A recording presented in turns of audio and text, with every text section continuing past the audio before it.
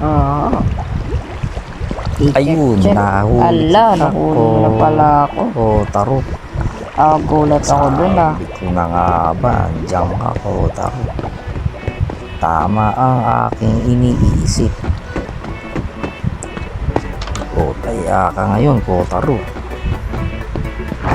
O yan, punta ka ulit doon sa living room. Tapos, ako naman ang magtatago. Baka hindi mo ako mahanap.